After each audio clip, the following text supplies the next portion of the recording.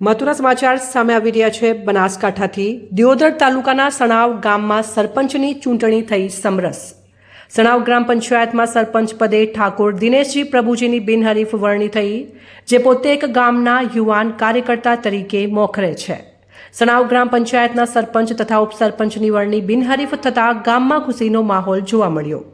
આ ગામના લોકોના નિર્ણયને સૌ કોઈએ વધાવ્યો હતો। બિનહરીફ ચૂંટાયેલ ઉમેદવાર સરપંચ દિનેશજી પ્રભુજી ઠાકોર તથા ડેપ્યુટી સરપંચ જોરાજી રત્નાજીએ અઢારે સમાજનો આભાર માન્યો હતો। આ ખુશીમાં સરપંચ તથા ઉપસરપંચે ગામના બિરાજમાન દેવોના દર્શન કરી આશીર્વાદ લીધા હતા।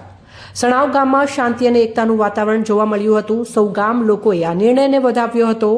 આ ગામ લોકોના નિર્ણયથી લોકો ઢોલ પર હર્ષભેર નાચ્યા હતા। અહેવાલ જગતાજી ઠાકોર, વાવથરા।